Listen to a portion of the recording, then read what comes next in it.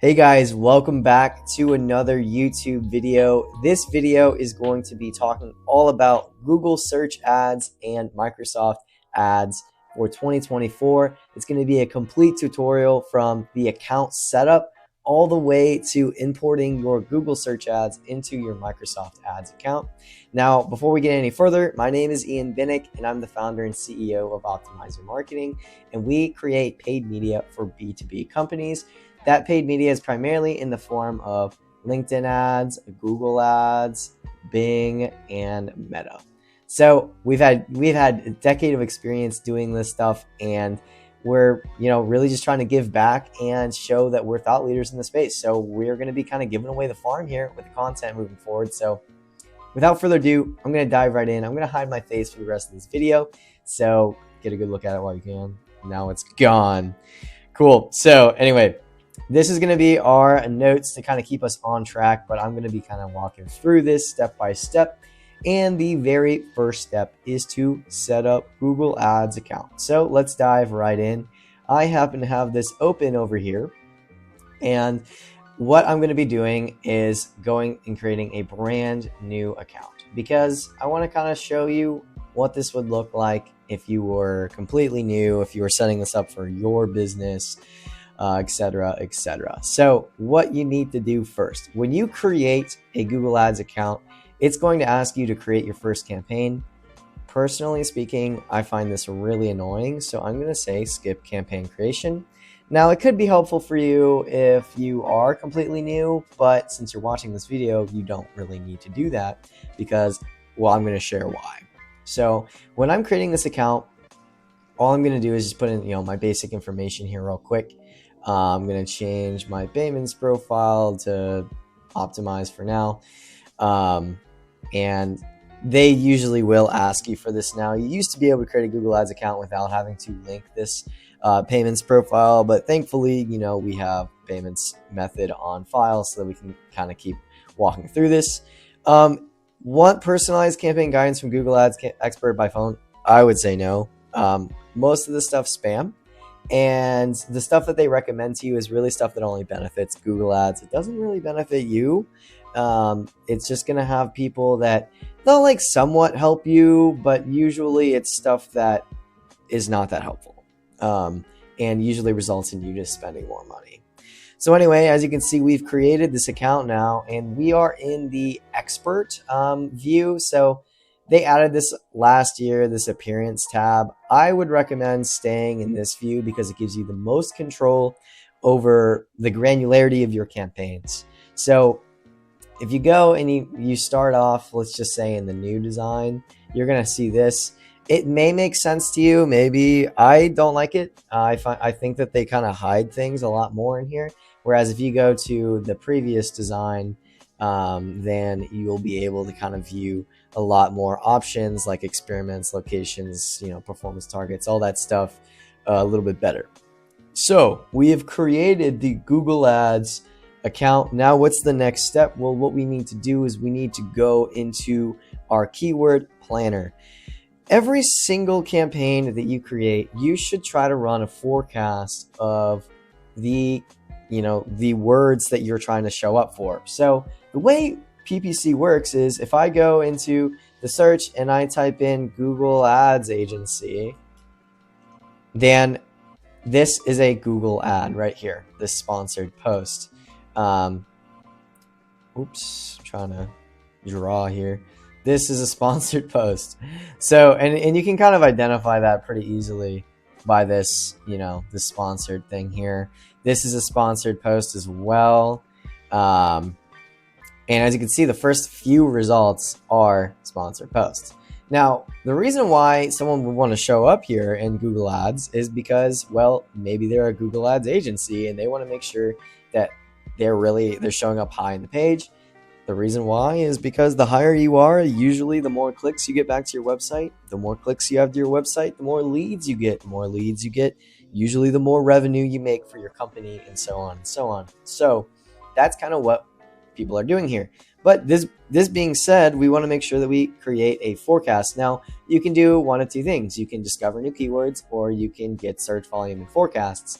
So I'm going to be just creating a tentative example for optimizer marketing if we were to showcase our ads to very basic audiences that are looking for Google Ads agencies. So I'm going to just type in a few terms here. Now, before I go any further though, I would like to highlight that in this situation, I would want to show up in Google for very long tail keywords. So things that would say like Google Ads agency for software companies or Google Ads agency for fintech companies. But for all intents and purposes, we're not going to be talking through high intent keywords right now. We're just going to be going through kind of lower intent keywords. So Google Ad vendors, or I'll just say more broad, even though that these do have these modifiers on the end like Google Ads agency or Google Ads vendors, they're still relatively broad just because of how saturated the PPC market is for agencies. So we're going to type in a few more of these, nothing crazy, because again, we're in discover keywords. So as we type these in, we will be able to see a lot of other keyword results. The last thing I want to put in here is just throw in our website so that it can kind of filter for unrelated keywords and kind of keep it pretty standard. Okay, so as you can see, we have a bunch of these here. I'm just going to select a few. You would want to go through and make sure that the keyword you're selecting matches the intent that you basically want. So you want people that are looking for your agency, or in this case, we want people that are looking for the agency and are willing to fill out a contact form to get in touch with us. So all of these searches, generally speaking, would result in someone looking for Google Ads agency. As you can see, a lot of them are just modifications of the term Google Ads agency, Google Ads management agency, etc., etc. So, and this is actually a great example here. Paid Google advertising. This is actually not, a term that necessarily means that someone is searching for or finding an agency. They could be looking for something else like information on paid Google advertising, not necessarily brands that do paid Google advertising. So that's just something to keep in mind. But anyway, we are going to add these keywords to our plan, and I'm going to keep it as broad match, but I'll show you later how to change that. Those are just match types that would usually need to be updated. So we have this plan now. We put in about 15 or so keywords. We go up to forecast. We can see kind of the results that we're expecting. So I'm just going to say test Google Ads agency plan. And from here, you can see that it says your plan can get 1.4K clicks for $900 with a $30 average daily budget. Now, if you click this button, you can actually see how this will change if you were to increase your monthly budget. So, for example, if we were to increase our monthly budget to $18,000 a month, that means that we're spending roughly $590 a day. And from here, these are the kind of impressions and clicks that you would expect. Now, they have this ad conversion metric, which is essentially a conversion rate. So what I like to do as a default is 1%, because most of our landing pages that we created, Optimizer Marketing, have at least a 1% conversion rate. Usually it's higher, especially as we learn more about the client. But right now, 1% is a great place to start, and it's fairly conservative. The value per conversion can vary based off of the client's average customer value. I think 3,000 is usually a pretty good value if you're selling higher ticket services and these people are lasting and not churning quickly. But I think whatever makes sense for your business is the best thing to put in here. So for example, if you have a $50 a month software and your customers last, at least 12 months, generally speaking, then you're going to be making about $600 from that one conversion. So that's going to kind of give us a return on advertising spend metric, which at this rate, we can see that we would get 30 conversions with our 1% conversion rate. We would have roughly a 1 return on advertising spend. So not great, not great, but not bad, I guess. And then our average cost per click would be roughly $5.93. So there's just, you'd have to play around with this. This is not 100% perfect, by the way. This is very much a projection. The best way to actually create these campaigns is to do them a little differently. So we're kind of using this to kind of vet to see, are we even going to get conversions? Is our ROAS going to be at least decent? And if it's not, then we will go through and we'll add new terms, remove terms that are eating budget, etc., etc. That's a lot of the maintenance that's done from Google Ads agencies in general, similar to what we do for companies as well.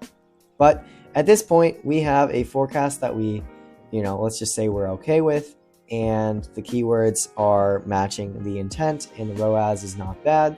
So what we're going to do now is we are actually going to download these keywords. So I'm going to go into saved keywords real quick, and I'm going to download these and make it a Google Sheet. And the reason for this, I'll show you in a second, but really we're just placing these keywords inside. Oh man, I forgot. We're placing these keywords in our campaign. Let me see. Oh yeah, plan historical metrics. Oops, clicked the wrong one. Has to be this bottom one, not the top one. See, this plan forecasts, don't click this one because then it's not going to give you the keywords. But if you click the bottom one, it will give you the keywords. So we have our keywords here. Let's go back into Google Ads by simply clicking up here and hit new campaign. Once we click new campaign, we can select the objective. Generally speaking, I like to do leads or website traffic. The others, like awareness and consideration, local store visits and promotions, app promotions, they're mild to mid. I wouldn't recommend them. I would choose website traffic if you don't necessarily have a conversion that's set, like a thank you page or booking confirmation page, or leads if you do have a booking confirmation page. Quick caveat is we will not be covering your conversions and your Google tag setup in this video. There will be a future video where I set up a whole marketing tech stack that's including Google Analytics, Microsoft Clarity, Google Ad Tag, and other pixels on other advertising platforms. That way you can kind of see how that works, but that would be way too much to cover in this quick video on how to create a Google Ads campaign in 2024. So I am not going to be covering that here. And so for that reason, I'm going to be choosing website traffic because our goal is to get clicks to the website, not necessarily leads in this situation. Now, they're going to ask us to create a Performance Max campaign. They're really pushing this because it allows you to promote your ads on YouTube, Gmail, Google Maps, and even the Discover pages. So I'm not a fan of Performance Max, especially with campaigns that have low budget, maybe only $2,000 or $3,000 a month. I prefer search because generally speaking, that is where your highest intent is. Someone is going into Google and searching for your solution. So that's what we're going to be doing here. Search campaigns. The website, we're just going to place here. This is our website. And again, our conversion goal in this situation is just a page view, but we would highly recommend, and honestly, we never run traffic, website traffic as a conversion goal, usually speaking. We are always doing some sort of booking confirmation page and or having a custom API fire for our B2B SaaS clients or software clients where a free trial is happening, because that is just that's actually what drives business revenue, not page views. So that being said, just wanted to say that. Campaign name, I like to use a specific nomenclature here, so I'll just say IB, which is my initials, and then I'll say search, and then I'll say Google Ads agency, because that's generally our seed keyword that we're going after here. And then I do phrase match and or exact, it just depends. And then I would usually throw in the bid strategy, but for now we're not going to do that. Again, doesn't really affect anything at all with the campaign name. It's just sort of a nomenclature I like to use. And then enhanced conversions, you can leave enhanced conversions on. That's fine. Agree and continue. So here it's going to say what you want to focus on, conversions. I'm going to change this to clicks, and it's going to be on maximize clicks. Now you can actually change this setting to manual bidding, not automatic bidding, after you create the campaign, but Google doesn't really like it, so they basically don't let you do it unless you come back afterwards. I think they're really trying to push people into the max conversions, max clicks bid strategies, which work well once your account has data. But if it doesn't, it's fresh and it's new, they're really not great strategies or bidding strategies to choose. So that being said, we're going to keep it on clicks, but we will come back later and change that to enhanced cost per click. I'm going to click next. I like to turn display network off. I like to keep it only on the Google search network and the search partners. Generally speaking, the search partners aren't that bad. But the display network, it kind of has like low intent ads. And this is just a way for you to, or for Google to spend your advertising budget inefficiently. So I don't like to click that. And then locations, this is a funny one. So if you click United States, great. But you have to click this location options. If you don't, it's going to default to presence or interest in. So people regularly in, or who have shown interest in your targeted locations, which means people that don't live in your targeted locations will be seeing your ads. And generally speaking, I see a lot of spam in client audits that we do for Google search ads because this is always checked. So we'll check it off by doing presence. They have to be in or regularly in your targeted location. Small thing, but Google will milk you of your money if you don't do that one. Audience segments. I like to add things here as well. In-market segments are things that you can do. So I would recommend keeping observation on. This is actually a good recommendation. Otherwise, if you're narrowing, it's going to be too narrow. So I could do targeting and say, for example, an in-market segment of people that only are, in the apparel and accessories space or interested in purchasing clothing, footwear, jewelry, watches, or accessories. I could choose that, but if I do that, then that means that person has to satisfy two conditions now. One, they have to look for the keyword that I'm bidding on. And then two, they have to be in the apparel and accessory space. If they're not in the apparel accessory space, then they're not going to get the ad. So therefore, it's going to be really hard. And if you're already bidding on really high intent terms, then adding this as an and statement for this Boolean logic is not smart. I would not recommend it. So I do observation because I can still get the insights, but just, I can take them how I want to and place them in other advertising campaigns in the future. One I really like to do is employment and company size, because I can grab these guys and see the employees, or at least target these or observe these demographics and see how, the kinds of people that are clicking on the ads, do they fall in the small employer or do they fall in the large employer? So I like to keep those. You can do other ones too, like industries. If you're specifically trying to target an industry like construction, you can choose that as well, or healthcare or financial, whatever. Doesn't matter, but you can place all these in here. Again, they're observations, so they're not narrowing the reach of your campaign. They're just there to adjust bids on selected segments in the future. The last couple things here is ad rotation. So we keep this on prefer best performing ads until we are actually testing responsive ads with each other. So when we are testing, then we'll put on do not optimize, and it'll rotate ads indefinitely. But for now, we're keeping it on optimize because we don't have multiple responsive ads there, and we're just setting this campaign up for the first time. Ad schedule. You can keep this at all days for now, but generally speaking, if you have a lower budget and you are kind of concerned about spending at weird hours of the day, then I would recommend Monday through Friday, 9 to 5. just because you're going to be saving, or I guess you could do like maybe 6 to 6, because you're going to only be spending during like business hours, which means people that have the highest intent are going to be clicking, versus if you're spending money at 1 a.m. or 2 a.m. and people aren't converting, then it's not a good look, and you're wasting ad spend at times where potentially it's spam, maybe it's other things, but if those people aren't converting, it's not worth spending at that time. All right, next we're just going to go to the next page here.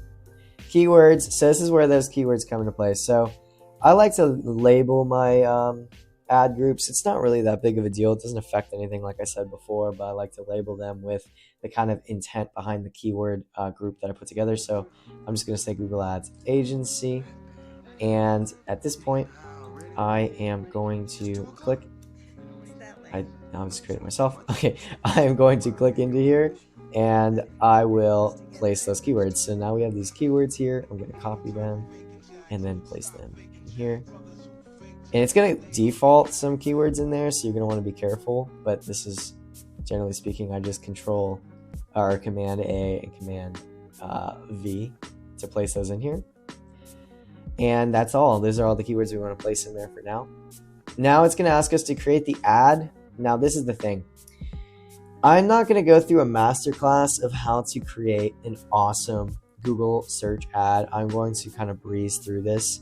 But the one big thing that I will recommend is that you use UTM parameters in your URL, so that when you're looking inside of your Google Analytics account, then you can see where that traffic is coming from, and you can see that it's coming from an advertising channel versus just organically maybe in the Google search.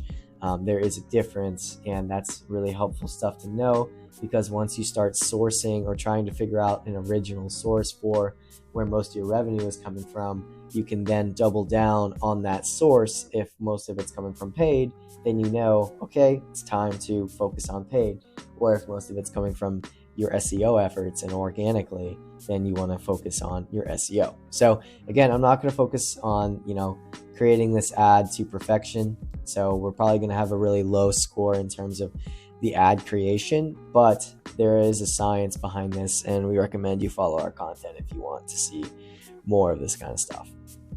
The display path, again, like you could just put in Google Ads Agency or something along the lines. Okay, I'm just gonna skip that. Usually speaking, you're gonna have only one of these display paths show up, so make sure whatever you want here, whatever you want to show up here in the URL path, make sure it makes sense, because the second one usually is not going to show up. I'm going to skip through headlines, but I will show 2 ninja tricks. The first thing that I like to do here is I like to do a bracket, or I guess an ellipses or whatever this is called, and then click keyword insertion, click title case, and then go and say optimize your marketing. This is your brand name. So this default text is going to show if the keyword is too long and cannot fit inside of the headline text, or the search query that the person is searching for is too long and cannot fit inside of the default text. So if someone searched for like Google Ads Management Agency and that was too long, it was greater than 30 characters, then optimize your marketing would show up first. The reason why we like doing this is for keyword insertion, it lets us place the person's the actual search query. We can actually place that as an ad headline. And I don't know about you, but if you see the exact thing you searched in a listing, then usually you select it. And so that's kind of the whole point here. It also helps with ad strength because it kind of captures a lot of your keywords and places them in headlines whenever possible. Now, as you're going to see, this ad strength, this does actually affect your ad quality scores, and your ad quality scores do play a part in your ranking, your top of page ranking, your competitor share, or your impression share, and also your cost per click as a result. So having a higher ad strength score is really important. Again, we're not going to be optimizing these campaigns here. For that, this is going to be another video in the future. But I will recommend that you use title case in all of your headlines. Don't use lowercase letters. The reason why is title case actually takes up more space, just barely. But the more space you can take up on the Google search page, the better. So we always recommend having, 15 headlines here, 4 descriptions that are all different, that call out your services. And if you can place your business logo and your business name here. You can't do this in brand new accounts. You have to verify some business documents and actually start spending before you can do that. But we recommend coming back to it as soon as you can. Site links, you're going to want to max out your site links. This is essentially different pages on your website. Call outs, these are essentially things that you want to call out about your service. Maybe it's amazing communication, maybe it's your hours, maybe it's a case study that you've had in the past that was really awesome. Other things that you can throw in here, if you have promotions, perhaps use them. This is linked to your Google My Business page. Prices, if you have pricing, especially for e-commerce stores, throw this in here. It makes perfect sense. Calls, if you have a phone number that's regularly monitored, we recommend running calls. Again, it just takes up more space on the page. Structured snippets are another one. We always recommend throwing these in. They're a lot like your site links, but they're just it's just more text that can be built on your ad. And even lead forms and your app are nice things to place in there as well. But again, like I said, this is not a masterclass on creating the best Google search ad. That'll be a future video. So we're just going to click done. And as you can see, this ad is created. We have our keywords here, and this ad group's ready to go. We're going to click next, and it's recommending that we spend $900 a day. That is going to be way more than most of the people that are watching this video, most likely. So I'm just going to put in like 30, and we're not actually going to run these, so it does not matter. But just in case I accidentally forget to turn it off, I want to make sure that it's a low amount of money for us. So clicking next. It's just going to check. Usually there's nothing here that's out of the ordinary, but if there is, it'll let us know. And at this point, I'm pretty happy with the setup. There's a couple things that we are going to do, but we're going to publish this first. And I'm going to actually, just make sure that it's off real quick before I do anything else, because we don't want to spend actually here. So I'm going to pause it, and I'm just going to say that and then pause campaign. So really quick though, a couple things that I always recommend. Number one, we mentioned that bid strategy. We're going to go back and change that bid strategy. So that would be in this location right here. And we are going to change this bid strategy to manual. So it says select the bid strategy directly, not recommended. And I don't really know why it does that, but manual CPC is a very good one to start out with. And the reason for this is essentially you are able to control your bids on keywords and only choose keywords you really want to show up for. So this works really well with phrase and exact match keywords. Now, again, it's not letting us use enhanced cost per click because we haven't set up our conversion tracking. That's going to be a separate video in the future. The conversion tracking is if you have a booking page or an app install. But for now, we're going to keep it on manual CPC. I would recommend that for most people. And the last thing we're going to do is actually change our keyword match type. So notice how when we launched this, it was primarily broad match keywords. Broad match keywords are bad. We do not like broad match keywords. They have wildly different search terms associated with them. And because of that means you're wasting a lot of your ad spend on low intent searches. So I like to select all of these and edit them and change the match types to phrase or exact. Generally speaking, phrase is just a little bit more refined than broad. It's less wasteful. It's still a little bit wasteful though. Exact is someone has to type in almost exactly the same thing that your keyword is referring to. And for that reason, we like to start with exact and then work our way to maybe phrase in the future once we've identified some terms that are really high intent and that work really well. but for now, we'll keep it on phrase just because that's what the campaign is labeled as. But again, I would probably recommend exact for you when you're starting out, especially if you have a low budget and you want to make sure you're not wasting your ad spend. So great. Our campaign, for all intents and purposes, is actually ready to go now. If we wanted to run it, we could. We would obviously want to set up conversion tracking. We would obviously want to set up our ad to be a little bit nicer and better. But as you can see, this campaign is ready to go. You could start running this today. Now, let's finish up here by just importing this into our Bing Ads account. Now, if you don't have a Bing Ads account created, then you would just simply follow the link here. So if you would just say Bing Ads account, then it'll let you set up an ads account here by simply clicking this link, and then you can actually get $500 advertising credit for free if you do that. The thing is with the difference between Microsoft and Google is they don't let you just create Microsoft ads accounts willy-nilly. You have to have a new business associated with each one of these. And so we are not actually going to be creating a Microsoft ads account here, but the process is extremely simple. And the best part is they actually help you import your campaign very easily. But once you create that Microsoft ads account, all you have to do is come up to here and click import from Google Ads.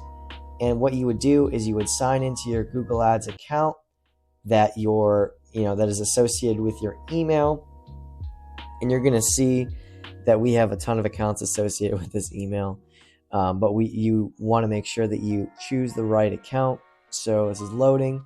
But I believe, what did we call this one? I don't even think we labeled this one. I think it's the 734702. So we're going to select that one. We're going to click next. And at this point, all that's left is for us to automatically import. Now, I recommend not choosing automatic schedule because this will grab your campaign from Google. And if you have different budgets on Google and Bing, then they'll actually, it's going to change the budget as well when you import. So I like to do custom schedule, and then I like to do once now. Otherwise, you have to worry about the budget changing. Now, they have incorporated this, customized budgets, same as Google Ads, or increase by or decrease by, whatever. Again, it's still a little risky if you forget about it, or if you don't notice and then you start overspending perhaps in 1 week, then it kind of messes up the rest of the month. So we're just going to remove that for now and just do once now. And at this point, all you have to do is click Start Import. And it's going to import. It's going to take a couple minutes here. Not very long, but nothing crazy. And once this is imported, then I'm going to show you how you can quickly change the budget, especially if you do have a different budget for your Bing ads. And I'm going to show you how to do that real quick. All right, so as you can see, it's imported. It only took about 1 minute, really. I just gotta stop talking. And how we had a paused campaign. I believe that this was kind of imported as a paused campaign, and that's why it's saying that there's no new items and no synced items. But where this would show up if it was an active campaign would be down here. And the way you change the budget is simply by selecting, that is an experiment. So simply by selecting the budget and changing it to perhaps $16 a day if you're spending half as much as you are on Google. And there you have it. That's pretty much how you would create Google search ads, import them into your Google or your Microsoft ads account in 2024 with some tips and tricks all along the way. Hopefully you found this video helpful. If you did, be sure to leave a like and subscribe. If you're new, we're going to be creating those other videos that we discussed. We're also going to be creating some LinkedIn and perhaps some Meta advertising account setups as well. So hopefully you found this useful and hope to hear from you soon. Thank you so much for watching this video.